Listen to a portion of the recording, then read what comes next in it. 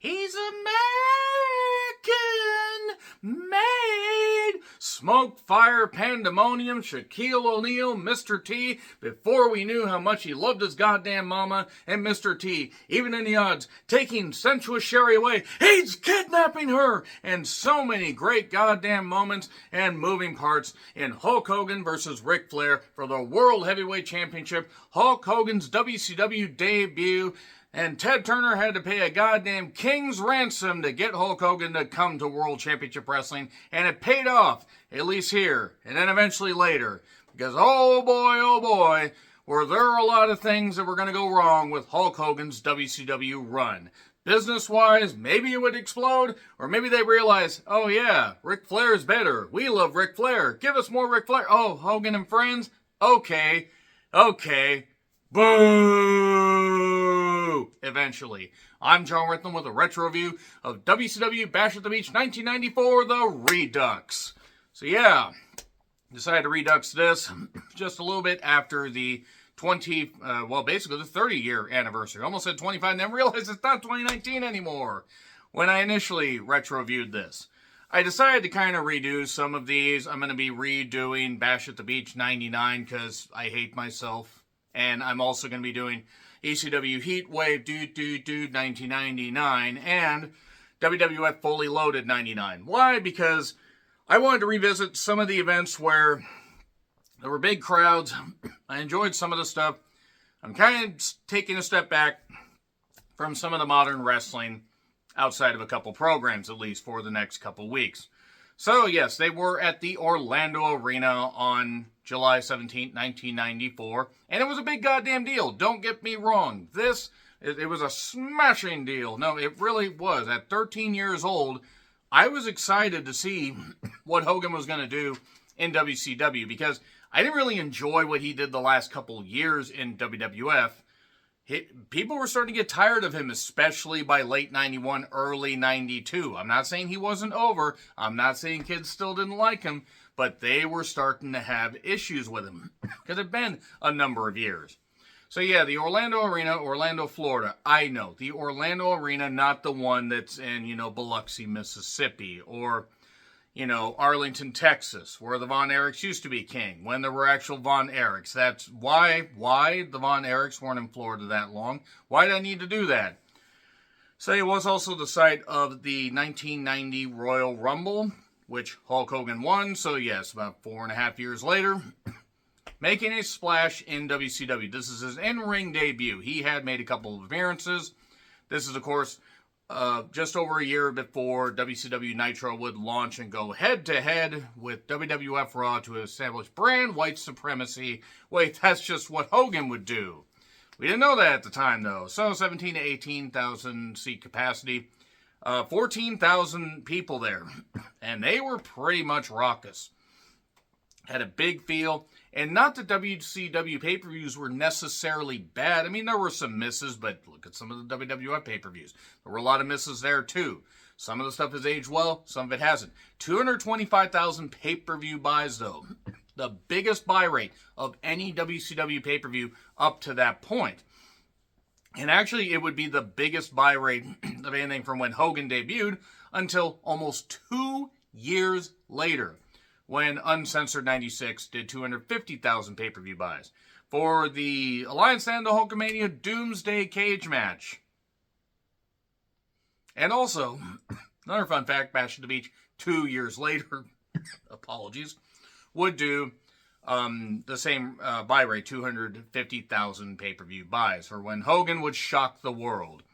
So yes, 2 years before that, we got this. Now, a couple facts and figures just for fun. Beach Blast 92, because this is the first ever Bash at the Beach pay-per-view. Like, they might have had Bash at the Beach themed events.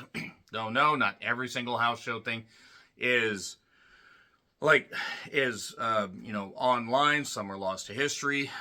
But Beach Blast 92, which was a pretty good event, that and Great American Bash 92, great tag team work. Mobile, Alabama, 70,000 pay-per-view buys. A year later, Beach Blast 93, we were in Biloxi, Mississippi. That's a depressing sentence. Sorry for everybody that lives in Mississippi, but I have not heard good things about Biloxi. 100,000 pay-per-view buys. Okay, a little bit of an improvement. I mean, they got rid of Watts, because he said some fairly naughty things, allegedly, about Heyman. Gee, I wonder why. Well, let's talk about the 1994 pay-per-view buy rates leading up to this. Super Brawl 4, where Flair faced Vader, and we had some other, action going on. They were in Albany, Georgia, 110,000 pay-per-view buys. Okay, not that bad, all things considered. At least a bit of an uptick. So then we get to Spring Stampede 94. That was at the Rosemont Horizon in Chicago, Illinois. That's where Flair and Steamboat had their often forgotten about, very, very good pay-per-view match that ended in a bit of fluky fashion, but it still showed that even a number of years after their, well, actually specifically 5, after their great pay-per-view trilogy, that they still had plenty left in the tank. And then Steamboat would get injured. More on that later. And that had 115,000 pay-per-view buys. Okay, not great. We go to Slamboree 94. That was, I believe, at the Philly Civic Center. 105,000 pay-per-view buys. I've retro-reviewed some of these. You can check out the Real Honest Movie Reviews playlist. Or type in the search bar and figure it out, because it would be hard to share all the links in the description. And then we get to this, where they basically spiked up 120,000 pay-per-view buys. So that's a big deal. And then Fall Brawl 94 in Roanoke went right back down. 115,000 pay-per-view buys. And that had, Hogan and friends. No, that had Dusty and Dustin and a couple people against, I think, the Nasty Boys, and I think they were against some people, and it was, that was a choice. It was Colonel Rob Parker and his crew, and Rob Parker may have allegedly shit himself. Maybe. I don't know. He was old at that point. I think he was like 41, but still. And Hogan didn't actually make another pay-per-view appearance until Halloween Havoc 94. That being said, though, they were only running a number of pay-per-views a year, just a few. Joe Louis Arena, the first of 2 events at the Joe Louis Arena. Not the one where they end up having the giant fall off the goddamn Joe Louis Arena, and then, which I actually think was a Kobo, and then appear suddenly, out of nowhere, Cinderella story. 210,000 pay-per-view buys, due in large part to the fact that they made it where Ric Flair was going to retire. And Ric Flair was retired for about 3 months. And then Starrcade 94, Nashville, Municipal Auditorium, I believe, 130,000 pay-per-view buys. You know whose fault that is? Brutus Beefcake, being in the fucking main event. Brutus goddamn Beefcake getting a Starrcade main event. There are numerous towns, great towns, in the history of World Championship Wrestling that never got to main event a goddamn Starrcade. Never even got close. Brutus Beefcake did. Yeah. Fucking goddamn hell. Let's get to the goddamn show. Heenan, Schiavone, and Mean Gene welcome us. Heenan says he can't wait to see Hogan lose. The crowd's going to chant loser. Heenan, it turns out, actually was right about Hogan, calling him out for all the bullshit that he spouted. So, the crowd feels more alive than most recent WCW pay-per-views. And events in general, and that's not even knocking the crowds. I just went through the great cities and the populaces that would have loved professional wrestling. The problem is, WCW was starting to cook a little bit, starting to percolate in 94, but it was taking a bit to really get things going. So, a guy named Darren Norwood sung the national anthem. A lot of mullets on the show. Recaps of Sting and Flair on WCW Saturday night. Hogan was at ringside, and then somebody dressed up as a man came out and attacked, and it was Sensational Sherry dressed up like a lost Super Mario brother in a suit. It was bizarre. Sting was taken out, so he wasn't going to be part of this event. That's a shame, I guess. So, yeah, Chris Cruz, that idiot. Yeah, I've never really heard anything good about Chris Cruz. I mean, you look at the guy, looks like he got slapped around a lot in high school and then got upset when, nobody paid attention to him, so he decided to be an outspoken moron and tried to knock professional wrestling, something that he never deserved to be part of. So, the dark matches, by the way, were somebody named Molly McShane with Ron Diaz against a guy named Fez Whatley and a guy named Fast Eddie. I think they were local DJ or celebrities or whatever in the Orlando area. I don't know. It was a comedy match. And then Brian and Brad Armstrong. Yes, Brian Armstrong, the future roadie himself. Or maybe, no, see. No, he was a future roadie because he hadn't been the roadie yet. You know, Road Dogg, back when we just thought Road Dogg was a bit of a joke wrestler, then found out he's a joke human being. Unfortunately, Brad is gone and Brian is still around. His family would be better off if he wasn't around. I digress. Steve Keirn and Bobby Eaton. I have no memory of Steve Keirn being in WCW. Must have not been for long. So, Lord Steven Regal against Johnny B. Bad. By the way, in the corner of Lord Steven Regal was Sir William. Fun fact, not only was this for the TV championship, I don't know why I didn't pick up on this, having seen WCW, rewatched a lot of the stuff, seen Sir Williams. I don't know why I didn't pick up on the fact that Sir William was Bill Dundee. I mean, it clearly looks like him, but I just didn't pick up on it. And also the fact I should have known is because Sir William could barely see over the top rope and Bill Dundee was a short man. He was a very talented wrestler. I mean, I assume, well, he's still alive. I don't think he wrestles anymore. But nevertheless, Bill Dundee is Sir William. It worked. Also, the fact he has an accent, I think he would... Where was Bill Dundee from? Remind me in the comments. Because he worked in Australia, but I don't think he was Australian. So anyway, Johnny B. Bad. Look, Mark Merrow was very good at being Johnny B. Bad and could do athletic shit. He looked good, he had a physical charisma about him, and he seems like an overall pretty good guy. Unfortunately, he had to be led at this point. Now, he could do some stuff, but Regal and Bad had a bit of a styles clash, shall we say.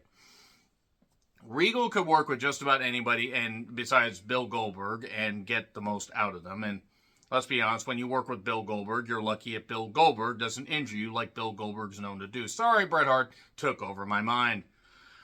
So Johnny B. Bad focused on the arm with some nice wrist control. He hit the fist that don't miss. Austin knows all about that, with at least two of his wives, allegedly. And Regal rolls out. A dive by Bad, he knocks out both guys. Sir William tries to help with his umbrella, Ella, A, but the referee kicks that away, and then we get an awkward roll-up, and then another awkward roll-up. Holding the tights, Lord Steven Regal gets the victory. Commentary kills time between the matches. Mean Gene brings out Antonio Inoki, who got elected to the Senate in Japan. Of some variety. I forget exactly what title he held and what scandals followed. Boy, him and Onita sure had some scandals follow them. I'm not saying they're the same. Let's argue that Inoki did a lot more, positives for wrestling than Onita did. I'm sorry. Deathmatch wrestling ain't really wrestling. Never will be. I'm sticking to it. But Regal shows up and knocks the whole damn thing. It's like, I was accepted into the House of Lords, and you have this retired wrestler, whatever. I retired one living legend, Larry Zbyszko, because he faced him. Was that Slamboree? Regal and Zbyszko at a Slammiversary event. That would have been a choice, especially since Regal was in WWF, and Zbyszko couldn't work at all. We saw that with Eric Young. So, because he was old. So he did knock Antonio Inoki and said he would teach him a lesson. And Antonio Inoki started to take his jacket off. If he tried to take his shirt off, it would have got caught on his chin. May Inoki rest in peace. So Ventura then shows up to call the next couple matches. Ventura wouldn't last much longer because he had issues with Hogan, because Hogan stopped the union thing from happening. And Ventura was pissed. I mean, I don't blame Ventura for being pissed. And I'm not saying Hogan should have done that, but that would have cost Hogan money. Ventura also is a crackpot. He's an entertaining crackpot, but he is a crackpot. I will say one shout. This has nothing to do with this event. But Chris Van Vliet was doing a workout, and I think Karrion Kross was doing a Jesse Ventura impression. And if you actually close your eyes, you couldn't tell the difference. Like, he sounded just like him. So, Big Van Vader, the man himself. This is also what the stud line uses for their signal. If you get it, you get it. That shout to me again for that. So Vader, along with Harley Race, took on the Guardian Angel, a.k.a. Big Boss Man, a.k.a. Big Bubba, a.k.a. we couldn't call him the boss because we got in trouble for that.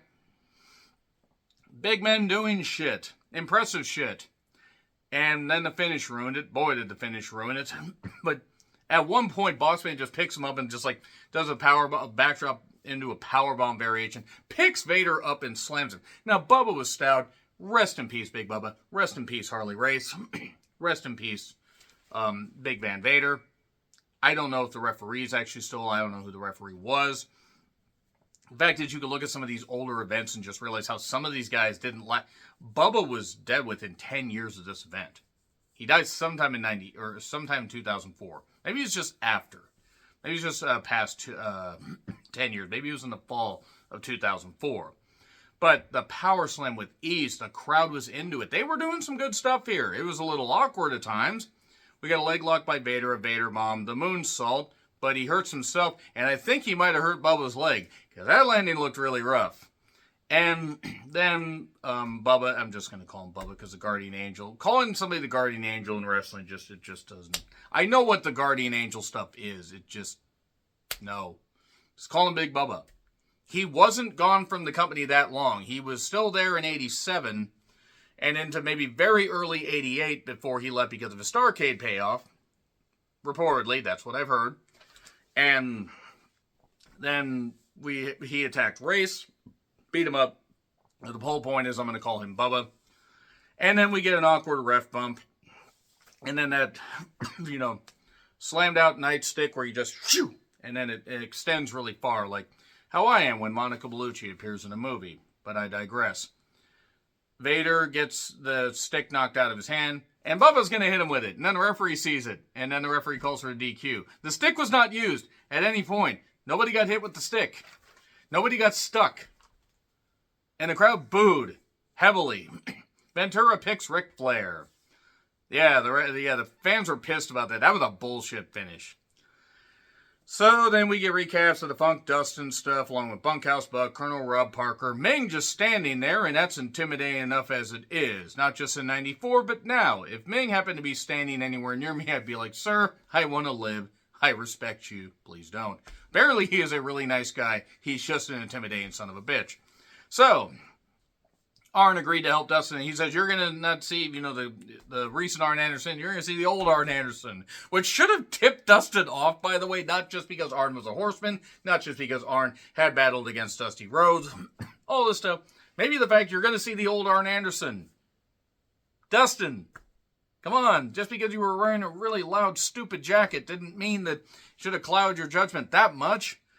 So Funk and Bunkhouse Buck with Rob Parker against Dustin Rhodes and Arn Anderson. You could see this turn coming from 10 miles away, out in the Florida Keys, whatever. Funk bumped his ass off. After a while, Dustin got beat up. Arn did get some shots in initially and kept saving Dustin. Arn was encouraging him. Arn encouraged him. I don't know what the hell's going on with me. And Dustin was roaring back, throwing people around, hit Parker, and finally tagged Arn Anderson. And Arn Anderson got him and everything and said, okay, let's get him into DDTs, and then throws Funk on him, and then Funk wins. It's not as funny as when Flair convinced Sting, and I remember rewatching the TV before I watched Halloween Havoc, back during the pandemic. God, maybe we never revisit a time like that again. But,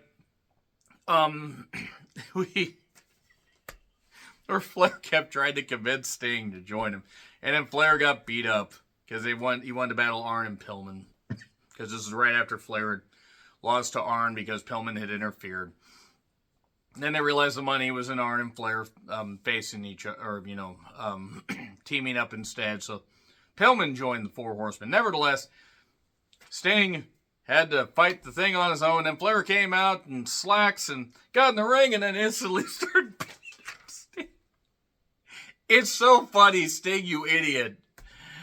Oh, let's get back to this event. Yeah, so DDT and Funk covers and Ming's here, just standing. Everybody run. You know he's going to do something good. Yeah. Oh. So anyway, this does not look like the Tongan Death Grip at all. Excuse me, I'm going to vulva you. Okay, what am I on about? I don't know. I'm having fun reduxing this shit. So, Mean Gene tries to get Arn to talk to him. Arn says, come back and talk to us backstage. Heenan's back, and here's Hank Aaron. Good old Hank Aaron. The true home run king. Yeah, you can keep your Barry Bonds bullshit and everything with all him. the juicing, the fact he looked like a Macy's Day float, and he's not a good guy. Just read up on Barry Bonds. Just saying. I'm not saying Hank Aaron's a goddamn saint, but I'll just say this. I'll take Hank Aaron's record over that. Nevertheless, Ricky Steamboat against Stunning Steve Austin. It's for the U.S. Championship, and this was the second to last match that Steamboat would have on a big stage against Austin.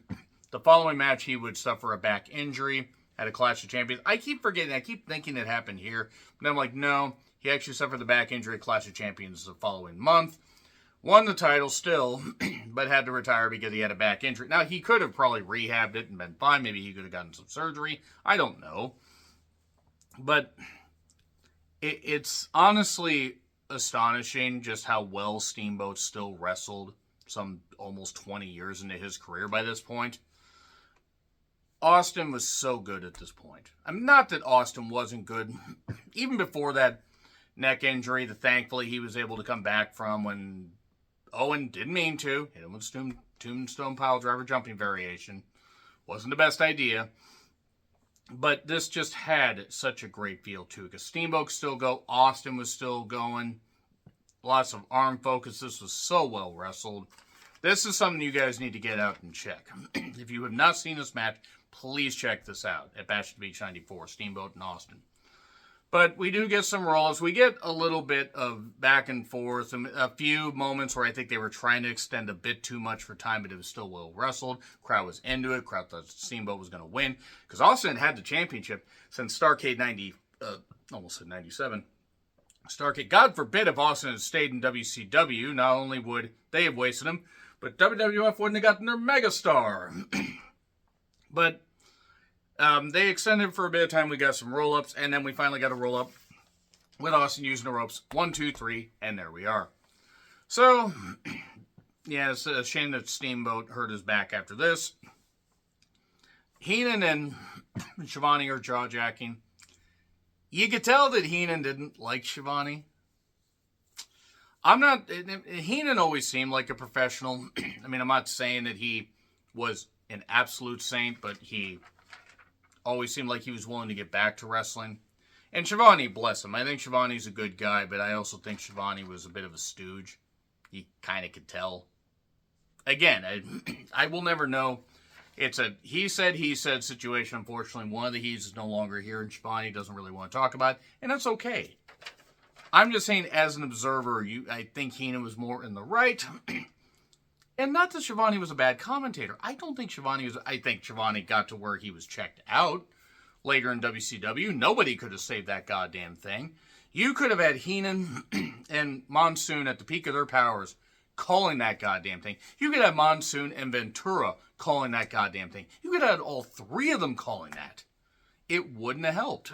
But Heenan was better than Schiavone, if we're being honest. Love Schiavone. Don't get me wrong. But Mean Gene was disgusted by Arn Anderson. He talked about being, or last year, being laid up in a hospital in Europe.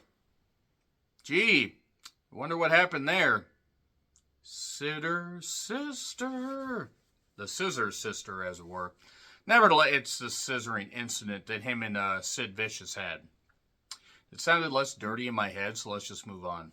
So, then we have Paul Roman, wonderful. His name is Mr. Wonderful. Wonderful! That's the only singing you're going to get because my voice is shot. Wonderful. He is so wonderful. Paul Orndorff, the late Paul Orndorff. So, Paul and Paul. They are together, Super Paul. Against Cactus Jack and Kevin Sullivan for the tag titles. And yes, Cactus Jack and Kevin Sullivan were the tag team champions in WCW. Christ knows why, because Cactus had to carry that damn thing. I know that Kevin Sullivan's going through some health issues. I hope he's going to be all right. It's a shame. Apparently he lives in the Pacific Northwest. I thought I felt a disturbance in the force. No, I hope that he's actually okay, but we already have enough weirdos out here. This is not sounding like a fitting tribute that I hope he's all right. I hope he is, but god damn it. Anyway, who the hell would want to live in the Pacific Northwest anyway? There's kind of a dumpster, fire area here. Actually, a lot. I have a question. Why did this need to go 20 pissing minutes? I mean, I know they only had 6 matches. They had to extend some, but good God. Steamboat and Austin flew by even with a few issues and a few stretchy points. This was a, 8-minute match that was stretched to 20, and Dave Sullivan was also there. Yes, the man that would call himself Evad because he couldn't spell, because he was an idiot and a bumbling fool. Maybe he's a nice guy, but he couldn't wrestle at all. I thought Nord the Barbarian was bad in the ring. At least he would do this, and he had a sword that he tried to stab The Undertaker with. What did Dave Sullivan, Evad, try to stab us with? Bad wrestling. Yeah, later Cactus got held down, and the Pretty Wonderful won, and it's a wonderful tag team victory, and it's a tag team championship run. Yeah, I'm sorry if you expected me to go full bore with the Paul Orndorff thing. I don't have the wind I used to. So Cactus would leave WCW after this and then do the deathmatch stuff against Terry Funk and everything. And Onita would pay him a lot of money and stiff a lot of others. And, let's just move on from the Onita stuff. So Shaq arrives. Michael Buffer was suited for boxing. He was not suited for wrestling. I'm sorry. He was terrible. Flair got a good entrance along with Sherry, who always looked so good. And got some pyro, but then Hogan got a lavish entrance. Smoke, fire, pandemonium, had Mr. T there, had Jimmy Hart there, arguably one of the greatest managers of all time. He'd be on my Mount Rushmore, to be perfectly honest. It would be Bobby Heenan, it'd be Jim Cornette, it'd be Jimmy Hart, and it'd be somebody else, I don't know. I don't know if I'd put Heyman on there, even though Heyman's been doing some great work, since coming back, from 2012 to now, you could say that he's done really good work. Besides the Dangerous Alliance stuff, I didn't really care for anything else that he did. Him with the Midnight, I don't know, maybe Heyman, but I'd still put Sherry there. I think Sherry did a lot more for women managers, even though she had a shorter window. But Heenan mentioned during this match how Shaq should be happy to be close to a championship because he's never going to win one. Well, Shaq probably should have won more if he kept himself in better shape. He probably would have, the Robert Horry special. How's that for a goddamn... Wait, Horry or Horry? Robert Horry. Sorry, Stu Hart. He would have a lot more championships, Shaq would, is my point. He's got a fuck ton of money that he apparently is just sitting on because of endorsement money that he had. The man's a genius as far as that. I also need captions to understand what the fuck Shaq's saying still, even to this day. Hogan and Flair for the WCW title. So Hogan had Mr. T and Jimmy Hart in his corner. Nick Bockwinkel, commissioner, was at ringside. Nick Bockwinkel's looking like, God, Vern, if you had only put the title on Hogan right there. At Super Sunday 83. Check out my review of that if you want to see me just lose my mind. Also check out Super Sunday at some point. And see... Basically, the AWA start to erode right there. They were never the same. They had business, but guess what? Vern stuck a knife right in the goddamn heart of his company there. So, Sherry, just, looking fine, doing some great stuff. Hogan was on his game. Flair was on his game here. I'll knock Hogan for a lot of shit, but he was ready for this. Brother,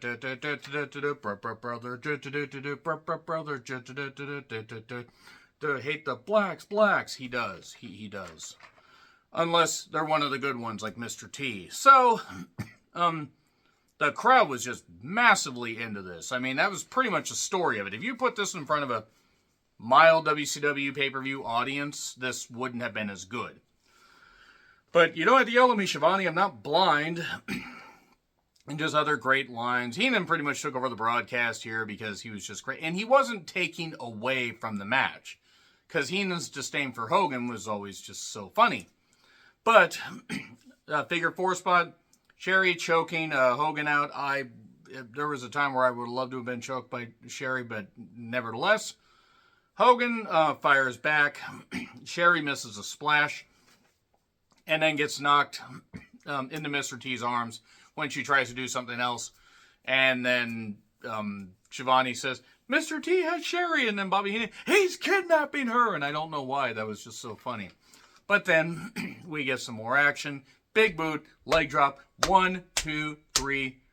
Hulkamania lives in World Championship Wrestling. He would begin his 15-month run as champion. It's insane. And then he celebrated. The celebration continued backstage.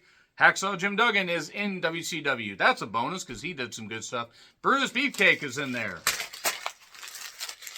Fucking goddamn Brutus Beefcake. Goddamn bumbling. Just, ugh. I don't think he's a bad guy. I just think he's an idiot as far as a wrestler. I mean, look at him as part of the Dream Team. Look at him in the ring as a singles wrestler. He was the booty man. He was a whole bunch of other stuff. Some of the worst goddamn gimmicks. And he just got that because he was Hogan's friend. Still wild he was a disciple. At least he changed his look there. But that being said, that is Bash at the Beach 1994, the Redux. Let me know your thoughts in the comments. Like, share, subscribe, Twitter handle in the description. I'm John Rickland. I'll see you soon.